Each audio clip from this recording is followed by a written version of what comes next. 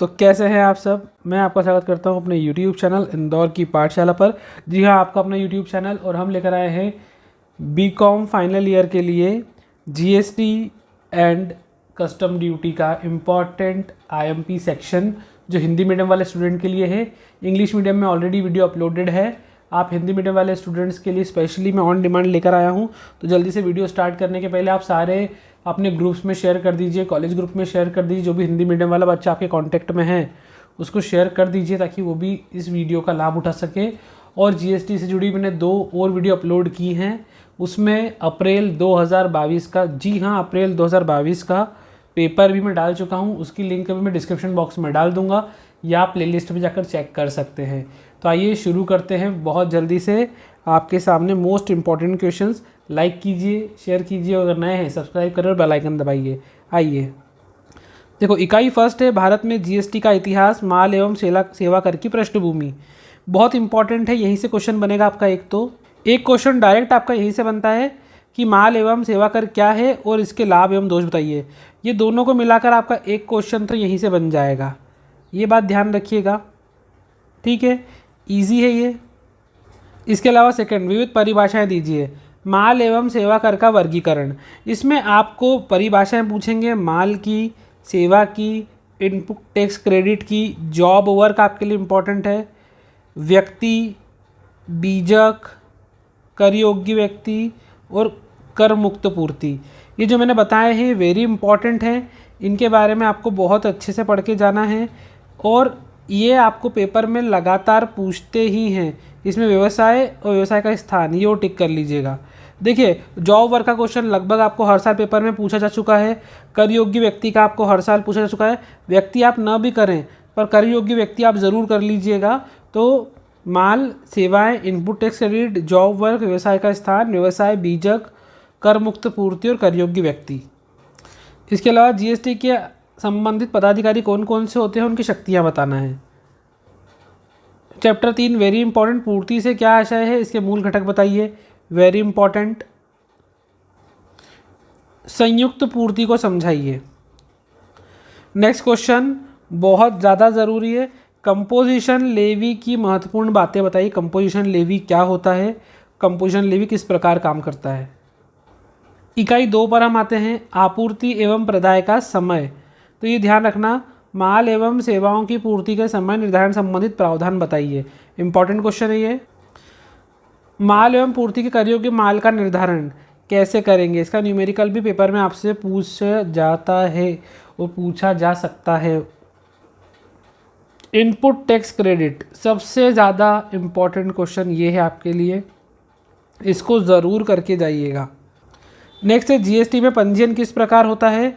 तो ध्यान रखिएगा, यहाँ से आपका ऑब्जेक्टिव बनता है कि कब पंजीयन कराना अनिवार्य होता है, कब नहीं होता है, किस व्यक्ति के लिए कराना ज़रूरी है, कब कराना ज़रूरी नहीं है, और जीएसटी के अंतर्गत पंजीयन की प्रक्रिया।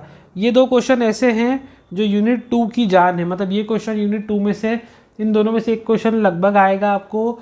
और जो इसके पहले इनपुट टैक्स क्रेडिट वाला पढ़ाया है वो देखिए, जीएसटी में अलग अलग लोगों के लिए अलग अलग पॉलिसीज़ है, रूल है। तो कौन व्यक्ति जीएसटी के लिए, तो जिनको कंपलसरी है, कौन उत्तरदायी नहीं है, किनको कराना कंपलसरी है, किनको कंपलसरी नहीं है, ऐसा हमने एक ऑब्जेक्टिव में भी पढ़ा है। थोड़ा सा आप ध्यान से अगर करेंगे तो ये ऐसा चैप्टर है यूनिट 2 जिसमें से आपको 2 से 3 क्वेश्चन पेपर में देखने के लिए मिलेंगे। नेक्स्ट क्वेश्चन, कर की दरों का वर्गीकरण समझाइए। देखिए, आपको इतना तो पता है कि जीएसटी में अलग अलग रेट से टैक्स लगता है ना, किसी पे 12%, किसी पे 18%, किसी पे 0%। तो ये भी आपको पता होना चाहिए कि कर की दरें कौन कौन सी है और किन किन गुड्स पे कौन कौन सी दरों का इम्प्लीमेंटेशन होता है। देखिए, सारी याद तो नहीं कर सकते, थोड़ी बहुत याद करने की कोशिश कीजिएगा। नेक्स्ट क्वेश्चन, कर बीजक से आप क्या समझते हैं, इसके प्रमुख तत्व बताइए। मासिक एवं वार्षिक विवरणी को समझाइए। मासिक वाला पेपर में पूछ चुके हैं, वार्षिक वाला आपको पेपर में आ सकता है। अब जीएसटी का पेमेंट, जीएसटी में कर के ब्याज एवं जुर्माना आदि के भुगतान संबंधित क्या प्रावधान है, कैसे आपको पेमेंट करना है, कब नहीं करना है, उसके संबंधित प्रावधान दिए गए हैं। जुर्माना क्या पे करना है या ब्याज कितना पे करना है, उसके लिए सारे प्रोसीजर पहले से जीएसटी एक्ट में अप्लीकेबल है, आपको उनको पढ़ के जाना है। नेक्स्ट क्वेश्चन आपके सामने है, कर निर्धारण से आप क्या समझते हैं, इसके प्रकार बताइए।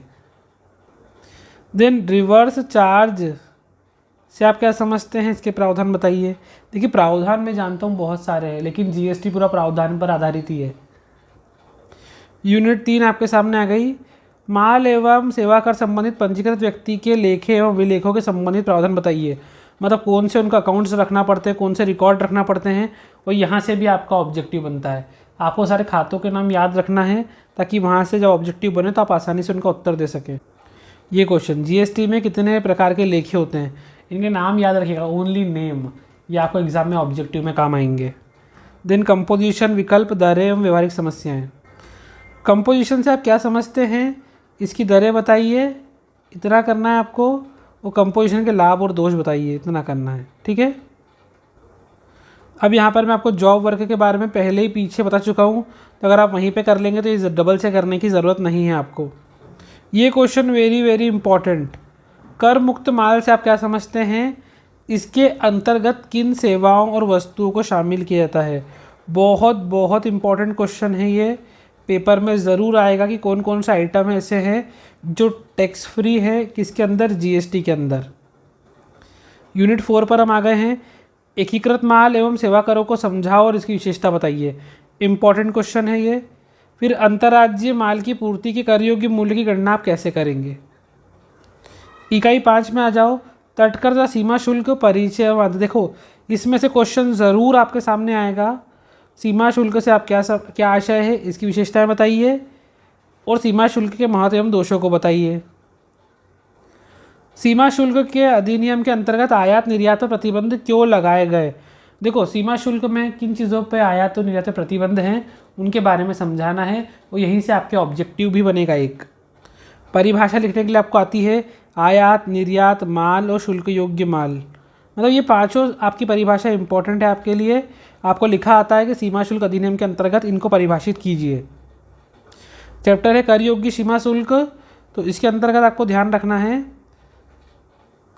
सीमा शुल्क 2007 के विभिन्न नियमों का वर्णन कीजिए, और सीमा शुल्क अधिनियम के अंतर्गत कर निर्धारण योग्य मूल्य की गणना करने की विधि समझाइए। तो ये था आपके लिए पूरा हिंदी मीडियम में जीएसटी एंड कस्टम ड्यूटी का इम्पॉर्टेंट क्वेश्चन सेक्शंस। यहाँ पर मैंने आपको बताए हैं कौन कौन से क्वेश्चन आपके लिए इंपॉर्टेंट है। देखिए कुछ यूनिट्स बहुत बड़ी है, कुछ यूनिट बहुत छोटी है। जैसे यूनिट 2 ये बहुत बड़ी है, यूनिट 1 छोटी है, यूनिट 4 बहुत छोटी, यूनिट 5 भी छोटी है। तो देखो यूनिट 5 में कस्टम ड्यूटी है, उसमें से 2 क्वेश्चन आपको ज़रूर आएंगे, तो पहले यूनिट 5 कर लीजिए आप। यूनिट 1 में से 2 क्वेश्चन आएंगे, आप वो कर लीजिए। यूनिट 4 में से एकीकृत में से भी 2 क्वेश्चन आपको पूरा आने के चांस है कि आपको इंटीग्रेटेड टैक्स के बारे में पूछा जाएगा। तो ये चैप्टर्स आप पहले कीजिए। यूनिट 2 थोड़ी लेंदी है, तो उसको अगर आप बाद में भी करेंगे तब भी चल जाएगा। अच्छा एक तरीका और बता रहा हूँ, हर यूनिट में से 2-2 क्वेश्चन करिए पहले। यूनिट 1 में से 2 क्वेश्चन, यूनिट 2 में से 2 क्वेश्चन, यूनिट 3 में से 2 क्वेश्चन, यूनिट 4 में से 2 और यूनिट 5 में से 2। जब आप ये सेक्शन पूरा कर लेते हैं देन आप फिर रिपीट कीजिए, वापस से नए 2-2 क्वेश्चन उठाइए। इससे क्या होगा, सारी यूनिट भी कंप्लीट हो जाएगी और एग्जाम में कोई भी टॉपिक आपसे छूटेगा नहीं। अगर आपने टॉपिक के बारे में पढ़ा है तो पेपर आप आसानी से कर सकते हैं। तो all the very best guys, मिलते हैं आपसे बहुत जल्द आपके अगले पेपर में। आपको कोई भी क्यूरीज हो मुझे इंस्टाग्राम पर आप ankit-rathod.official पर मैसेज कर सकते हैं।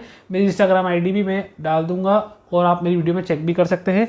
All the best guys.